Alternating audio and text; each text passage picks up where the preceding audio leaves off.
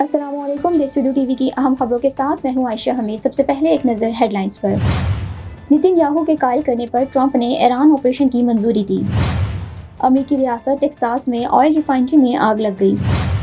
تیل قیمتیں کم کرنے کے لیے مذاکرات کی جعلی خبریں پھیلائی جا رہی ہے، ایرانی اسپیکر۔ پیٹرولیم قیمتوں کا عام آدمی پر بوجھ کم سے کم رکھا جائے، صدر مملکت۔ اب خبریں تفصیل کے ساتھ۔ نتن یاہو کے قائل کرنے پر ٹرمپ نے ایران آپریشن کی منظوری دی۔ خبر رساں ایجنسی کے مطابق اسرائیلی وزیر اعظم نے ٹرمپ کو سپریم لیڈر کے اجلاس سے آگاہ کیا۔ نتن یاہو نے یہ کہا، صحیح وقت ہے حملے کا، پھر یہ موقع نہیں ملے گا۔ خبر ایجنسی کے مطابق ٹرمپ آپریشن کا فیصلہ کر چکے تھے، بس صحیح وقت کا انتظار تھا۔ نتن یاہو نے بتایا کہ 2024 میں ٹرمپ کے خلاف ایرانی سازش کا بدلہ لیا جا سکتا ہے۔ امریکی ریاست ٹیکساس میں آئل ریفائنری میں آگ لگ گئی۔ امریکی میڈیا کے مطابق ریاست ٹیکساس کے رپورٹ آتھر کی ویلینری ریفائنری میں آگ لگنے سے پہلے دھماکے کی آواز سنی گئی، جس سے قریبی گھر لرز اٹھے۔ آگ بجھانے کے لیے ریسکیو آپریشن جاری ہے۔ میڈیا رپورٹ کے مطابق ریفائنری میں خام تیل کو 4.5 بیرلز روزانہ کی بنیاد پر گیسولین، ڈیزل اور جیٹ فیول میں پروسیسنگ کیا جاتا ہے۔ آئل ریفائنری میں آتش زدگی کی وجہ سے معلوم نہیں ہو سکی۔ I'm Alex Kalai, and I'm running against Democrat Congresswoman Lizzie Fletcher. Fletcher is opposed to deporting dangerous criminals and drug traffickers, but I believe we must deport these criminals to keep our families safe.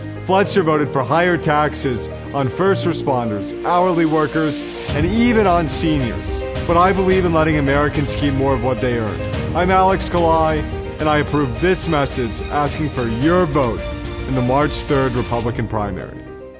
Iran نے امریکہ سے براہ راست مذاکرات کی تردید کر دی۔ ایرانی supreme leader محمد باقر کلبیاف کا کہنا ہے کہ تیل کی قیمتیں کم کرنے کے لیے جعلی خبریں پھیلائی جا رہی ہیں۔ ایرانی عوامی حملے آوروں کو سخت سزا دینے کا مطالبہ کر رہی ہیں۔ ایرانی وزیر خارجہ نے امریکی صدر کا بیان وقت حاصل کرنے کی کوشش قرار دیا۔ ترجمان نے کہا ہے کہ واشنگٹن کے ساتھ براہ راست بات چیت نہیں ہو رہی۔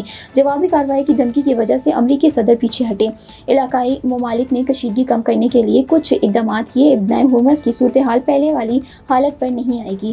ایرانی وزیر خارجہ کے روس اور ترکیہ کے ہم منصب سے رابطے کیے۔ ابنۂ ہرمز اور خطے کی صورتحال پر تبادلہ خیال کیا گیا۔ روسی وزیر خارجہ نے کہا ہے کہ جوہری تنصیبات کو نشانہ بنانا عالمی قوانین کی خلاف ورزی ہے۔ ایران نے کے جوہری ڈھانچے پر حملہ ناقابل قبول ہے۔ صدر مملکت آصف علی زرداری نے کہا ہے کہ پیٹرولیم موضوعات کی قیمتوں کا عام آدمی پر بوجھ کم سے کم رکھا جائے، پالیسیوں میں عوامی ریلیف کو ترجیح دی جائے۔ صدر مملکت نے وفاقی وزراء سے ملاقات بھی کی۔ وفاقی وزیر داخلہ محسن نقوی نے صدر مملکت کو دہشت گردی کے خلاف کارروائیوں اور سرحدوں کی صورتحال سے آگاہ کیا۔